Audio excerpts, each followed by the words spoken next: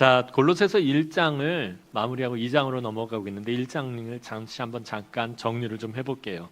골로새서를 시작할 때 말씀드렸던 것처럼 골로새 교회는 사도 바울이 직접 세운 교회다 아니다? 그렇지. 답이 바로 안 나올 줄 알았어요. 사도 바울이 직접 세운 교회가 아니에요. 에베소에서 복음을 받고 바울에게 교육을 받은 에바브라라는 사람이 가서 복음을 전해서 세운 교회가 골로새 교회입니다.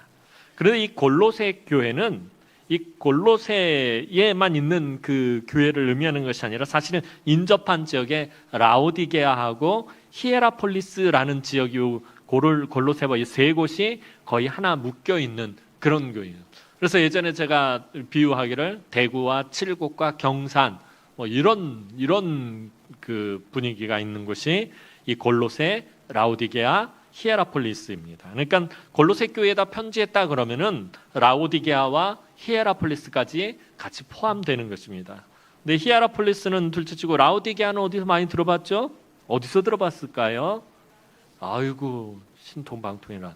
요한계시록에 보면 사도 요한이 7교회에 편지를 보낼 때 등장하는 교회인데, 근데 라오디게아 교회의 특징이 뭐였죠? 차지도 덥지도 아니하다라고 사도 요한이 이야기했습니다. 그게 왜 그러냐면은 이 골로새, 라오디게아, 히에라폴리스 이 지역은 화산 활동이 있는 지역이라서 온천이 굉장히 발달했다고 합니다. 그래서 온천물이 이 일반 물하고 섞여가지고 늘 항상 물이 미지근합니다. 그래서 사도 요한이 그걸 빗대어서 라오디게아 교회 성도들의 신앙이 미지근하다라고 표현을 했던 것입니다.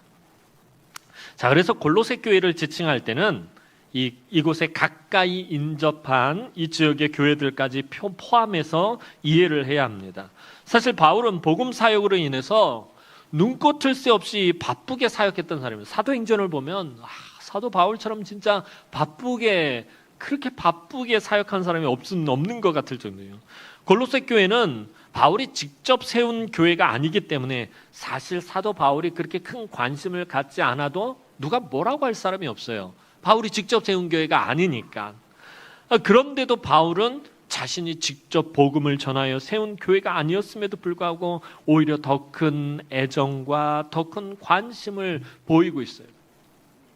골로새라는 지역이 사실은 군사 요충지로 군사 도시로 굉장히 예전에는 이 지역이 번성하고 발전했던 곳이었습니다. 그런데 로마가 그곳에 주둔하고 있던 군대를 다른 곳으로 이전을 해버리면서 급격하게 쇠퇴한 곳이 이 골로새 지역입니다. 그 전까지만 해도 정말 북적북적하고 상인들부터 해서 막 정말 번성한 곳이었는데 로마 군단이 빠져나가면서 썰렁하고 완전히 쇠퇴한 지역입니다. 우리나라도 그러잖아요. 최전방에 있는 그 부대를 해체하고 딴 데로 옮기면서 그곳에 있었던 지역들이 막 상권도 무너지고 막 엉망진창이 돼버린 것처럼 골로새가 그렇게 돼버렸어요. 완전히 쇠퇴해버리고 옛날이요 막 이런 노래를 부를 정도로 지금은 완전히 그렇게 엉망이었던 곳입니다. 그런데 그곳에 복음이 가더니 복음을 전했더니 많은 사람들이 예수를 믿고 돌아오게 됐단 말이에요. 그래서 사도 바울이 너무 감사한 거예요.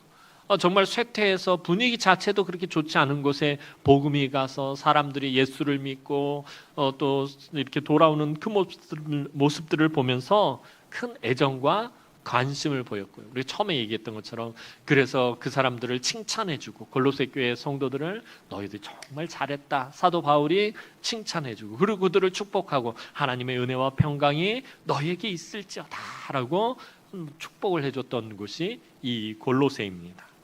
자, 은혜와 평강에 대한 이야기 잠깐 하자면은 은혜라는 말을 참 많이 쓰는 말이에요. 그죠? 저와 여러분들이 많이 쓰고 아마 신앙생활하면서 가장 많이 듣는 말이 은혜라는 말일 것입니다. 근데 이 은혜라는 개념을 정확하게 잡고 가야지 여러분들이 이 은혜를 제대로 누릴 수 있어요. 은혜라는 말은 윗사람이 아랫사람에게 값없이 거저 베푸는 선물을 원래 표현하는 말이었다고 그래요.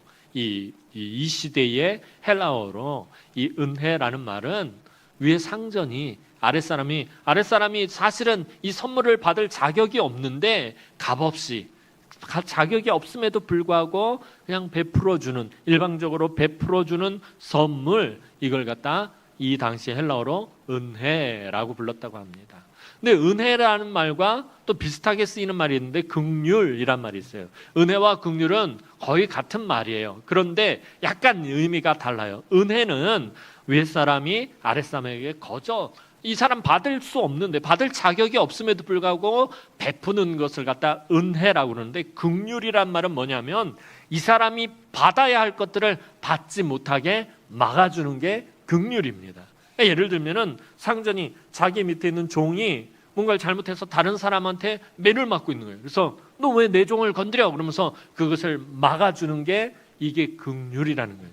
무슨 얘기냐 하면은, 자, 저와 여러분들은 하나님의 은혜와 긍휼을 받은 백성, 하나님의 은혜와 긍휼을 받은 자녀인데, 이 은혜와 긍휼을 받았다라는 말이 뭐냐 하면, 저와 여러분들은 원래 구원받을 자격이 있어요, 없어요? 구원받을 자격이 없음에도 불구하고 구원을 받았어요. 예수 그리스도의 보혈의 공로를 힘입어서 저와 여러분들이 구원을 받았어요. 이것은 은혜예요. 받을 수 없는 것을 받았으니까 이걸 은혜라고 불러요. 그럼 긍휼이 뭐냐? 저와 여러분들이 원래 받을 수 없는 게 구원의 은혜였는데, 원래 받아야 될 게 뭐예요? 멸망의 심판이에요. 불의 심판을 받아서 원래는 멸망길로 가야 되는데, 그 원래 받아야 될 것을 예수 그리스도께서 십자가에서 대신 받으시고 받지 못하게 하셨어요. 이것을 긍휼이라고 하는 거예요. 그러니까 저와 여러분들은 은혜와 긍휼, 그러니까 은혜와 긍휼은 똑같이 하나님의 사랑인데 그 사랑의 표현하는 방식이 좀 다른 거예요. 같은 의미지만 좀 다른 거예요. 그런데 저와 여러분들이 그 은혜와 긍휼을 받았어요. 그런데 이 은혜와 긍휼을 받은 사람, 하나님께 은혜와 긍휼을 받은 사람의 그 마음의 상태가 뭐냐면 그게 평강이라는 거예요. 그 평강이. 이게 이제 히브리어는 샬롬이라고 하고 헬라어는 에이레네라고 하는 거예요. 그러니까 샬롬이나 에이레네나 또 신약 성경에 등장하는 너희에게 평강이 있을지어다, 너희가 평안할지어다 할 때 이 평강과 평안은 그런 의미예요. 저와 여러분들이 받아야 할 것, 받지 못할 것을 받게 되고 받아야 할 것들을 받지 않게 되어서 누리게 되는 우리 마음의 상태가 바로 평강, 평안이라는 거예요. 오늘 저와 여러분들이 왜 예수 믿으면서 기뻐하는, 사도 바울이 맨날 그러잖아요. 넌 기뻐하라 하는 거예요. 항상 기뻐하라라고 왜 그렇게 강조하고 있을까요? 저와 여러분들이 무엇을 받았기 때문에? 은혜와 긍휼을 받았기 때문에. 너희가 예수 믿으며 은혜와 긍휼을 받은 사람이라면 항상 기뻐하는 것이 마땅하다는 거예요. 왜? 우리의 심령 상태가 주의 샬롬과 에이레네가 넘쳐나고 있어야 되기 때문에. 그게 마땅한 것이기 때문에. 그래서 예수 믿는 저와 여러분들이 항상 기뻐하고 항상 감사해야 되는 거예요. 기뻐해야 되는 거예요. 받지 못해야 될 것을 받았으니 얼마나 기뻐요. 선물을 받으면 기쁨이잖아요. 기뻐요. 그다음에 감사해야 되는 이유가 뭐예요? 받아야 될 것들, 마땅히 벌을 받아야 되는데 마땅히 받아야 할 벌을 받지 않게 됐으니 얼마나 감사하냐라는 거예요. 그래서 사도 바울은 항상 기뻐하라, 쉬지 말고 기도하라, 범사에 감사하라 라고 우리에게 외치는 거예요. 사도 바울이 자기의 서신서 곳곳에서 보면 기뻐하라라는 말을 그렇게 많이 쓰고 있어요. 내가 다시 말하노니 기뻐하라. 왜 기뻐해야 되지? 우리가 사실 그럴 때는 우리 삶의 형편과 처지와 상황을 보면 오늘 아침에 말씀드렸던 것처럼 정말 텅 비어있는, 아무것도 가지고 있지 못하고 병들어 있고 정말 지치고 고단한 인생임에도 불구하고 왜 기뻐해야 되느냐면, 왜냐하면 예수 믿는 저와 여러분들의 삶에는 뭐가 풍성하기 때문에? 은혜와 긍휼이 풍성하기 때문에. 우리가 그것을 잊기 때문에, 잊어버리기 때문에 기쁨을 놓치게 되고 감사를 놓치게 됩니다. 그러나 저와 여러분들이 얼마나 놀라운 은혜와 긍휼을 받은 사람입니다. 이 은혜와 긍휼을 합쳐서 아침에 말한 것처럼 헤세드가 되는 거예요. 헤세드가 뭐라고 그랬어요? 힘 있는 사람이, 강한 사람이 약한 사람, 힘없는 사람을 자발적으로 도와주는 사랑을 의미하는 거예요. 이 사람이 그걸 받을 자격이 없는데 내가 그 사람을 긍휼히 여기고 불쌍히 여기고 베푸는 것을 헤세드라고 하는 거예요.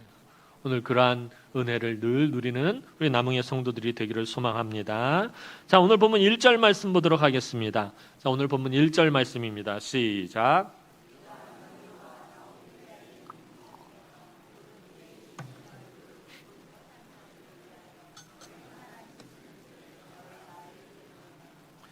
자, 사도 바울도 자신이 골로새 교회를 세우지 않았다라는 것을 밝히고 있어요. 내가 너희와 라오디게아에 있는 자들과 물은 내 육신의 얼굴을 보지 못한 자들, 내 육신의 얼굴을 보지 못했다라는 말은 내가 그 교회를 세우지 않았다라는 말과 같은 거예요.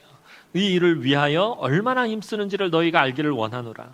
골로새 교회 성도들 중에는 에바브라를 제외하고는 사도 바울의 얼굴을 본 사람이 거의 없을 거예요. 에바브라가 에베소에 와서 두란노에서 사도 바울의 교육을 받고 그곳에서 복음을 받아들이고 예수를 믿고 믿음이 생겨서 가서 복음을 골로새에 가서 전한 거예요. 그러니 이 에바브라를 제외하고는 골로새 교회 성도들 가운데서 사도 바울을 본 사람은 거의 없어요. 하지만 사도 바울은 그렇다고 해서 골로새 교회를 그냥 내버려 두지 않았다는 거예요. 저 사람들은 나 알지도 못하고 내 얼굴 본 적도 없는데 에바브라가 잘 하겠지. 그러고서는 그냥 그렇게 방관하고 있지 않았다라는 것입니다. 자신이 얼마나 골로새 교회에 관심과 사랑이 많은지에 대해서 지금 강하게 언급하고 있어요. 바울이 이렇게 적극적으로 자신의 마음을 표현하고 있는 것은요, 사실 당시에 사도 바울에 대한 오해가 많았기 때문이었습니다. 당시에 많은 사람들이 사도 바울이 매우 냉정하고 이성적이고 무뚝뚝하고 엄격하고 매사가 철저하고 사랑이 없는 사람으로 소문이 나고 있었어요. 사도 바울의 이신칭의 교리, 오직 믿음으로 구원을 받는다라는 교리, 이게 핵심이는데 로마서와 갈라디아서 말씀을 읽다 보면은 이 로마서와 갈라디아서는 정말 믿음으로 구원을 받는다라는 이 교리에 대한 아주 굉장한 논문처럼 보여져요. 그래서 사도 바울이 정말 탁월한 사람이구나, 대단한 사람이구나. 저는 그래서 로마서 말씀을 읽다 보면, 이렇게 묵상하다 보면 사도 바울은 진짜 찔러도 피 한 방울 안 나올 사람 같이 아주 정말 이성적이고 냉정하고 아주 철두철미한 사람 같이, 저도 사실은 처음에는 사도 바울을 그렇게 이해를 했어요. 이 사람 정말 열심이고 완벽주의자고 어떻게 보면 막 결벽증이 있을 정도로 막 그렇게 막 정말 꼼꼼하고 정말 대단한 사람이다라고 느껴졌는데, 사도 바울의 서신서를 묵상하다 보면은 이 사도 바울의 이신칭이, 이 믿음의 교리가 그냥 그의 그런 데서 만들어진 것이 아니라 사실은 은혜라는 그 기본 바탕 위에 세워진 교리라는 것을 깨닫게 됩니다. 사도 바울이 늘 주장하는 게 뭐예요? 나의 나된 것은 하나님의 은혜라는 거예요. 은혜 없이는 살 수 없는 사람이 사실은 사도 바울인 거예요. 그래서 그 다음부터 사도 바울의 서신서를 보니까 은혜라는 말밖에 보이지 않는 거예요. 은혜와 긍휼 없이는 살 수 없었던 사도 바울이었다라는 것입니다. 그래서 사도 바울에 대해서 내가 오해하고 있었구나 라고 생각을 했어요. 그런데 이 당시에 사실은 초대교회 성도들도 사도 바울에 대해서 저처럼 그렇게 오해를 하는 사람들이 아마 많았던 것 같습니다. 너무 엄격하고 냉정하고 이분이 막 교리를 설명하는 것을 보면 대단하다. 그리고 그리고 한 가지 더 사도 바울의 이미지를 계속해서 부정적으로 만드는 것 중에 하나가 뭐냐면, 예전에 사도 바울이 하던 일이 뭐죠? 다메섹 도상에서 부활하신 예수님을 만나기 전에 하던 일, 예수 믿는 사람들을 잡아 죽이러 다녔잖아요. 근데 그게 얼마나 열심이었는지, 그 열심이 특심이 되었던 사람이었어요. 사도 바울은 복음 전하는 일에도 정말 열심이었던 것처럼 예수 믿는 사람들 잡아러 다니는데도 정말 열심이었던 사람입니다. 정말 처음과 끝이 같은 사람이었단 말이에요. 그러다 보니까 그런 과거가 더욱 사도 바울에 대한 오해를 만들게 되었습니다. 그런데다가 골로새 교회에도 헬라 철학의 영향을 받은 이 영지주의가 교회 안으로 들어오기 시작했습니다. 영지주의에 대해서는 전에 말씀을 드렸었죠. 정신이라든지 철학이라든지 영혼은 고결하지만 물질이라든지 육체는 부정하다. 그래서 예수님의 성육신을 부정하는 것이, 어떻게 신이 부정한 인간의 몸을 입고 올 수 있느냐, 이거 있을 수 없다. 이게 영지주의예요. 이게 기독교 처음 이단이 영지주의인데, 이게 헬라 철학의 영향을 받았는데, 이 영지주의가 교회 안으로 기어들어오기 시작했어요. 스물스물. 거기다가 거짓 교사들이 들어와서 자꾸 잘못된 가르침으로 교회를 흔들고 그리스도를 향한 신앙을 약하게 만들고 있었습니다. 이 골로새 교회 성도들은 사도 바울뿐만 아니라 다른 사도들을 만나본 적도 없고 그들에게 말씀을 들어본 적도 없고 말씀을 배운 적도 없어요. 골로새 교회 성도들이 처음 복음을 들었을 때는 그 복음으로 인해서 너무 기뻐하고 감사하며 복음을 받아들이고 예수 그리스도를 정말 마음 깊이 믿게 되었어요. 오늘 저와 여러분들도 마찬가지예요. 우리가 처음 예수를 믿었을 때, 제가 늘 여러분들한테 강조하는 게 그잖아요. 우리가 처음 예수를 구주로 영접했을 때 절대 잊지 마십시오라고 말씀드린 게, 골로새 교회 성도들도 그런데 시간이 지남에 따라 당시에 유행하던 헬라 철학이 더 고차원적으로 보이기 시작을 하는 거예요. 헬라 철학이 더 고상한 것처럼, 고상한 지식처럼 보이기 시작하는 거예요.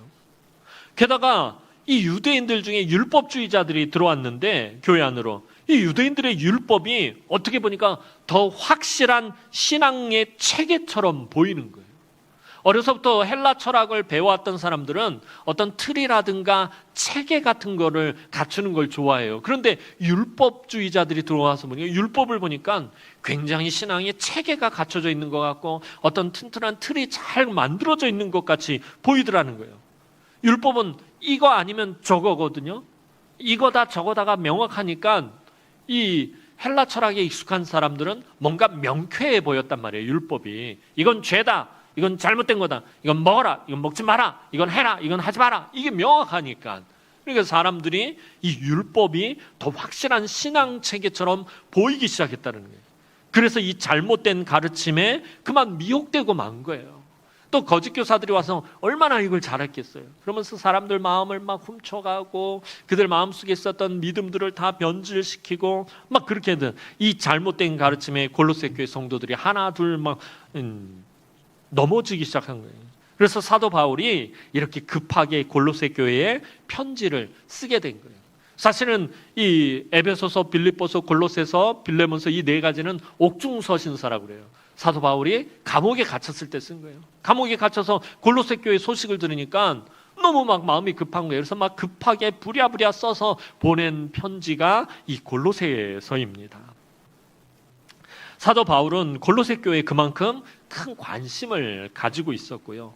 골로새 교회를 향한 애정으로 날마다 골로새 교회와 성도들을 위해 기도하고 있었어요. 아까 말씀드렸던 것처럼 사실 골로새 교회가 있었던 그 지역이 쇠퇴하는 지역이라서 상황이 그렇게 좋지 않았고 형편도 아주 열악한데, 그런 가운데서 교회가 세워지고 성도들이 열심히 신앙생활을 했었으니 처음에 얼마나 기쁘고 얼마나 감사했겠어요. 그런데 그 교회가 거짓 교사들과 이단에 의해서 점점 무너지기 시작한 거예요. 그러니 이 사도 바울 성격에 매일같이 골로새 교회를 위해서 기도하지 않을 수가 없었던 거예요. 어떻게 해서라도 골로새 교회가 믿음 위에 온전하게 세워지도록 온 힘을 쓰고, 너희가 정말 믿음 위에 다시 온전히 세워지기를 정말 힘을 쓰고 있다라고 1절에서 그것을 밝히면서 지금 편지를 계속해서 쓰고 있는 것입니다. 자, 오늘 2절 말씀 보도록 하겠습니다. 자, 2절 말씀 봅니다. 시작.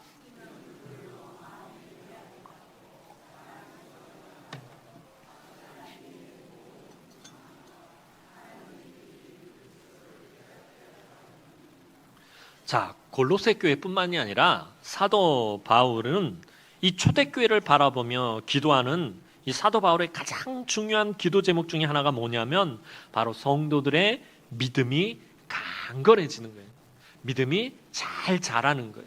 믿음이 성숙해지는 거예요. 그냥 예수 믿고 그냥 거기서 머물거나 거기서 끝나는 것이 아니라 예수 그리스도의 장성한 분량까지 그 믿음이 자라고 성장하는 것이, 이게 사도 바울이 제일 중요한 기도 제목 중에 하나였어요. 자기가 가서 개척해서 교회를 세운 곳이나 아니면 다 자기의 제자들이 가서 교회를 세운 곳이나 어떤 교회든지 간에 주님의 몸된 교회에 있는 성도들의 그 믿음이 강건하게 잘 자라기를 사도 바울은 늘 원하고 그것을 위해서 늘 하나님께 기도했던 사람이에요. 아까 말씀드렸던 것처럼 초대교회 때부터 이미 여러 이단과 사상들이 교회를 흔들고 교회를 어지럽히고 있었어요. 아니, 사도 바울이 그렇게 왕성하게 막 뜨겁게 활동하던 그 시대에 이미 이단들이 설치고 있었다는 거예요. 이미 막 이상한 사상들이 교회로 들어오고 있었다라는 것입니다. 그러한 것들로부터 휩쓸리지 않으려면 각자의 믿음이 건강하게 잘 자라나야 된다는 거예요. 그 오늘날도 마찬가지잖아요. 저와 여러분들이 건강하고 행복한 아름다운 우리 남은교회를 만들어 가려면 저와 여러분들 우리 각자의 믿음이 건강하게 잘 자라야 돼요.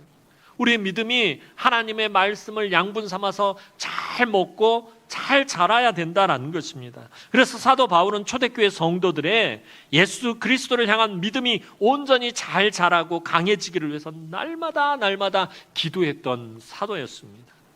사도 바울은 먼저 골로새 교회가 하나님의 위로를 얻도록 힘을 쓰고 있습니다. 이는 2절 말씀 제가 다시 한번 읽어드릴게요. 이는 그들로 마음의 위안을 받고 사랑 안에서 연합하여 확실한 이해의 모든 풍성함과 하나님의 비밀인 그리스도를 깨닫게 하려 함이니. 자, 여기서 이 마음의 위안을 받고, 자, 마음의 위로를 받다. 이 위로를 받다라는 말의 헬라어는요, 성경에 성령을 나타내는 또 다른 말이 보혜사라는 말이 있어요. 그래서 성령을 보혜사 성령이라고 해요. 근데 이 보혜사라는 말과 같은 말에서 파생은 같은 어근을 갖고 있어요. 그러니까 마음의 위로를 받다라는 말과 보혜사 성령이라는 그 헬라어 단어가 같은 말에서 파생했다라는 말이에요. 그러니까 예전에 말씀드렸던 것처럼 보혜사 성령이란 뜻은 크신 위로자라는 의미가 있어요. 이 보혜사라는 말은요, 돕는 자, 변호자, 위로자, 능력자라는 뜻을 가진 말이에요. 그러니까 우리 성령 하나님은 우리 안에 우리가 예수 그리스도를 믿으면서 우리 안에 내주하시면서 우리를 이끌어가는 이 성령 하나님, 보혜사 성령 하나님은요, 우리를 돕는 자이고 우리를 위로하시는 자이고 우리에게 능력을 주시는 자이고 그 다음에 우리를 변호해 주시는 분이시다는 거예요. 이게 보혜사 성령님이에요. 보혜사 성령님은 우리에게 크신 위로를 베푸시는 분이에요. 그래서 사도 바울이 이들로 마음의 위안을 받고라고 지금 말하고 있는 거예요. 헬라 철학과 유대인들의 율법주의로 인해서 처음 예수를 믿었을 때에 그 마음이 흔들리고 있는 골로새 교회 성도들에게 성령의 위로하시는 역사가 있기를 사도 바울은 지금 간절히 바라고 있었던 것입니다. 복음을 믿음으로 받아들이고 예수 안에 연합하여 예수에게 잘 붙어있던 성도들이 그만 잘못된 가르침으로 인해서 예수에게서 떨어져 나가기 시작했어요. 그래서 그들에게 보혜사 성령님의 위로하심이 있어서 다시 회복되어지기를 바라고 있었던 거예요. 보혜사 얘기가 나와서 하는 얘기인데 이 거짓 교사들 잘못된 가르침, 그 신천지에서 이만희를 뭐라고 부르는지 아시죠? 신천지에서 이만희를 보혜사라고 부릅니다. 그렇게 들떨어진 보혜사가 어디 있는지. 예전에 코로나 때 그 인터뷰하는 거 보고서는 진짜 한숨밖에 안 나오더라고요. 말도 잘 못하고 말주변도 없고 옆에서 누가 도와줘야 되고. 요즘 하는 행태를 보니까 뭐 자기가 대통령인 것 마냥 검은색 그 고급 승용차에 타고 가면서 앞에 사이드카까지 세워가지고 막 교통을 쥐들이 마음대로 막 정리를 하고 막 불법을 막 자행하는데도 아무렇지도 않아. 너무 웃기잖아요. 신천지가 처음에 교회를 얼마나 비판했어요. 교회의 부정과 불법과 잘못된 관행들에 대해서 그렇게 비판하고 그러고서는 교회를 다 박살을 내고 떠나갔던 자들이 똑같은 짓을 하고 있으면서 너무 어이가 없는 거예요. 그리고 그 중심에 서 있는 사람, 그 얼떼기를 보혜사라고 부르고 있는 게 너무 답답한 거예요. 근데 그 안에는 보니까 막 대학 교수들도 있고 막 정말 이 시대의 엘리트들이 그 이만희를 보혜사라고 믿고 따르는 모습을 보면서 악한 영의 세력이 이렇게 세구나. 눈에 막 몇 갑절 씌운 거예요. 몇 갑절 씌운 거예요. 그게 보이지 않는 거예요. 답답한 거죠. 그런데 이 사도 바울 시대에도 이랬다라는 거예요. 그런 이단들이 막 넘쳐나고 사도 바울의 마음이 얼마나 답답했겠어요. 왜 잘못된 가르침에서 이렇게 넘어갈까? 왜 저 잘못된 가르침에 미혹되어질까? 그래서 믿음이 건강하게 잘 자라나기를, 정말 예수 믿고 그 믿음이 성숙하기를 사도 바울이 그토록 원했던 것이었습니다. 자, 이 잘못된 가르침, 이단과 잘못된 사상, 이런 잘못된 가르침으로 인해서 성도들이 예수에게서 떨어져 나가기 시작했어요. 그래서 사도 바울은 골로새 교회 성도들이 다시 사랑 안에서 연합하기를 원했습니다. 너희가 사랑 안에서 다시 연합하기를 원한다. 근데 여기서 이 연합하다라는 말, 자, 그런 말 많이 쓰잖아요. 예수 그리스도와 연합하다, 예수 그리스도 안에서 연합하다. 근데 이 연합하다라는 말이 도대체 뭐냐라는 거예요. 자, 이 헬라어에서 이 연합하다라는 말이 원래 어떤 의미에서 따온 말이냐면은 천과 천, 헝겊과 헝겊을 덧대어서 그것을 막 바느질을 해가지고 기워가지고 그것을 이을 때 쓰는 표현이 헬라어로 연합하다라는 말입니다. 자, 그런데 사도 바울은 자비랑 선교사였어요. 사도 바울의 직업이 있었습니다. 여러분, 사도 바울의 직업이 혹시 뭔지 아세요? 어이구, 잘 알고 계시네. 어째 알고 있노? 내가 가르쳐주지도 않았는데. 자, 사도 바울의 직업은 장막을 만드는 사람입니다. 자, 천을 가져다가 그것을 기워가지고 장막, 천막을 만드는 사람이었습니다. 자, 사도 바울은 천을 이어서 장막을 만들고 바느질을 해서 이거 깁는 일을 하며 복음을 전했습니다. 그래서 이 연합하다라는 말이 어떤 의미인지 알고 있는 거예요. 원래 헬라어 연합하다라는 말이 이 장막을 만들 때 이쪽 천과 저쪽 천을 갖다가 깁을 때 쓰는 말이에요. 이게 연합하다는 거예요. 서로 떨어진 헝겊대기를 묶어가지고서는 떨어지지 않게 잘 긴 바느질로 잘 깁는 것, 이게 연합하다라는 말입니다.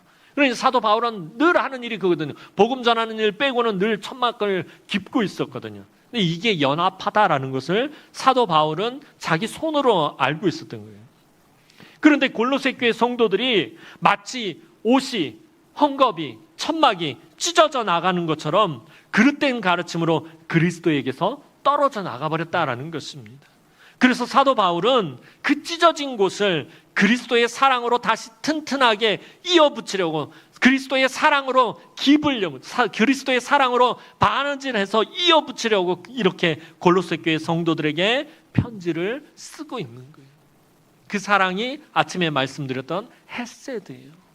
예수님이 베푸신 것. 저와 여러분들이 받을 자격이 요만큼도 없는데 주님이 저와 여러분들을 하나님의 자녀 삼기 위해서 당신을 희생해가며 당신의 목숨까지 내어놓으시면서, 그래서 저와 여러분들을 하나님의 자녀가 되도록 만드셨던 그 사랑, 그게 헤세드예요. 그것만이 우리가 떨어져 나간, 교회에서 떨어져 나가고 예수 그리스도에게서 떨어져 나갔던 우리를 다시 붙일 수 있는, 다시 연합할 수 있는 그 가장 중요한 핵심이다라는 것입니다. 그래서 다시 사랑 안에서 연합해야 된다라고 사도 바울이 말하고 있어요. 여기서 사랑은 바로 예수님의 사랑, 헤세드를 의미하는 거예요. 은혜와 긍휼을 말하는 것입니다. 자, 또한 사도 바울은 골로새 교회 성도들이 복음의 비밀에 대한 확실한 이해와 그 풍성함을 누리기 원했습니다. 지난번에 살펴본 것처럼 복음의 비밀은 바로 예수 그리스도입니다. 여러분, 신앙의 핵심이 무엇입니까? 오늘 저와 여러분들의 믿음, 신앙, 이것의 핵심은 예수 그리스도가 누구인가를 아는 거예요. 예수님 어떤 분인가? 여러분의 믿음이 뭐예요? 예수 그리스도에 대한 믿음이잖아요. 내가 믿는 예수 그리스도, 내가 믿는 예수님은 이런 분이다라고 그것을 고백할 수 있는 예수님에 대한 이해가 있어야 된대요. 그리고 신앙의 핵심 두 번째는 뭐냐면 바로 우리 주님께서 교회의 머리가 되신다는 거예요. 이 교회는 주님의 몸이 된다라는 거예요. 왜냐하면 저와 여러분들이 어디서 신앙생활을 하기 때문에? 교회에서 신앙생활을 하기 때문에. 이 이해가 분명히 있어야 된다는 거예요. 주님이 교회의 머리가 되신다라는 거예요. 예수 그리스도는 하나님 아버지로부터 모든 권세를 다 받으셨어요.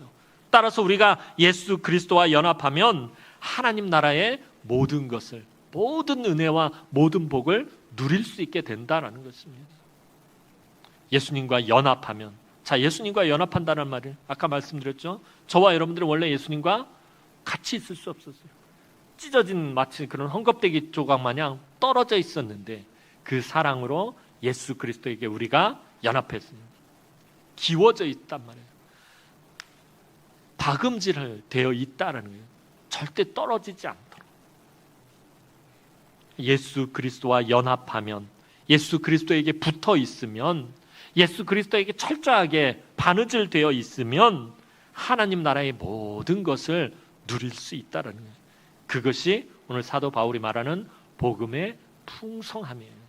예수를 믿으면 우리가 풍성한 은혜를 누린다는 거예요. 하나님의 모든 은혜와 사랑과 자비와 인자와 위로와 회복과 능력을 풍성하게 누릴 수 있게 된다는 거예요.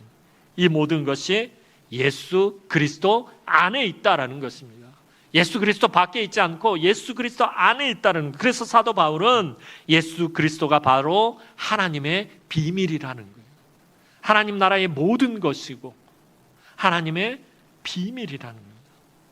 이것을 골로새 성도들이 바로 깨닫게 되기를 바라면서 지금 편지를 쓰고 있는 것이에요. 사랑하는 성도 여러분, 오늘 우리도 예수를 믿은 지 어느 정도 시간이 지나면 자꾸 예수 그리스도에게서 떨어져 나가려고 해요. 나도 모르게.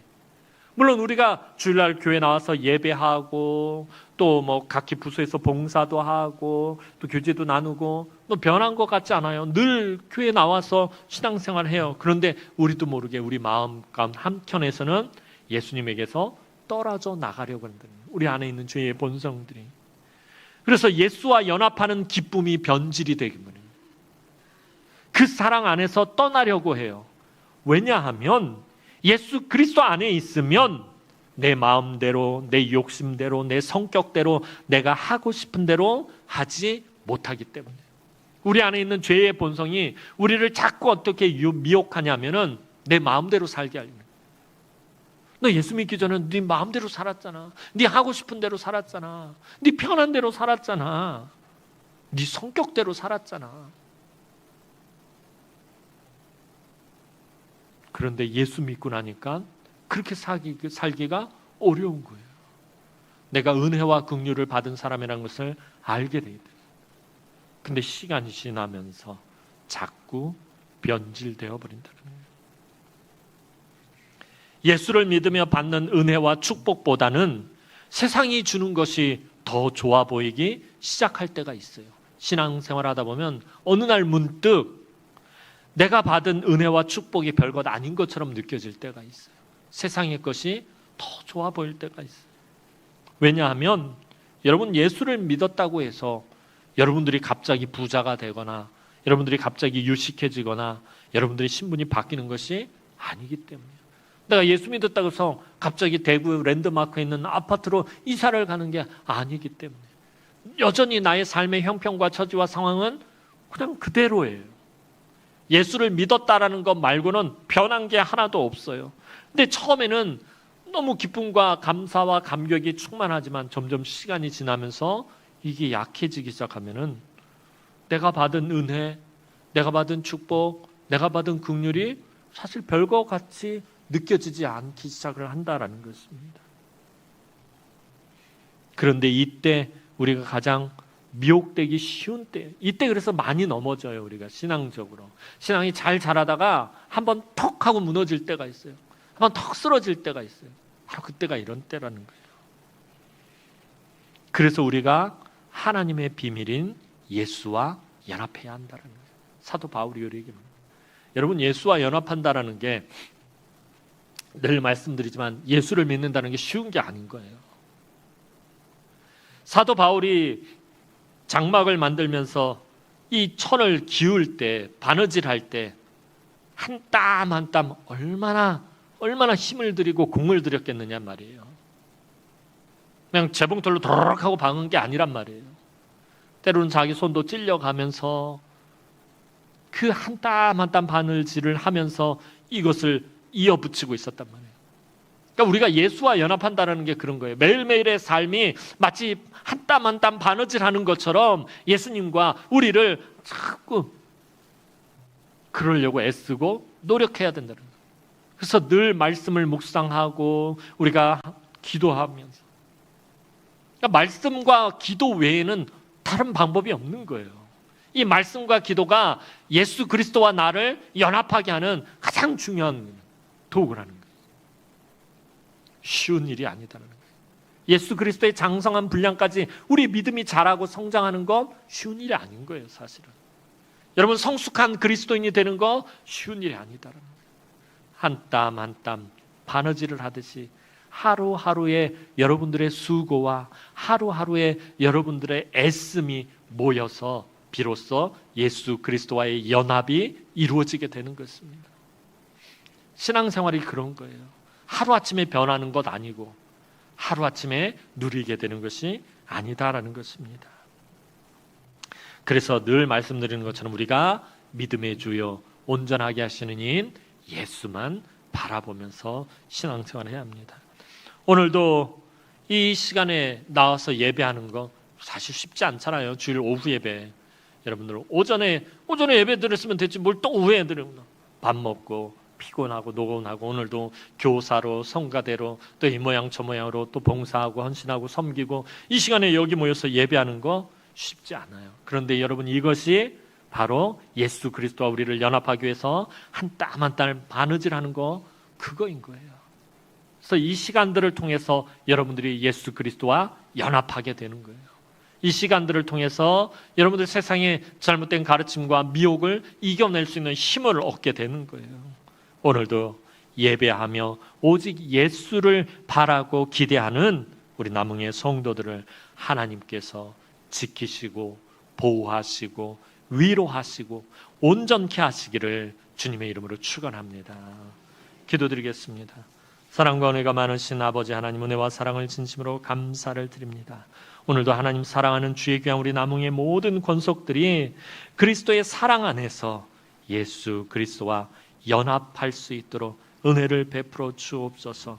우리의 삶의 하루하루를 정말 우리 그리스도 안에서 연합하는 삶을 살기 위해서 애쓰고 몸부림치는 우리 남흥의 성도들을 하나님 긍휼히 여기시고 하나님의 그 풍성하신 은혜와 긍휼과 자비와 인자와 그 복을 다 받아 누릴 수 있도록 하나님 은혜를 베풀어 주옵소서. 감사를 드렸고 예수님의 이름으로 기도합니다. 아멘.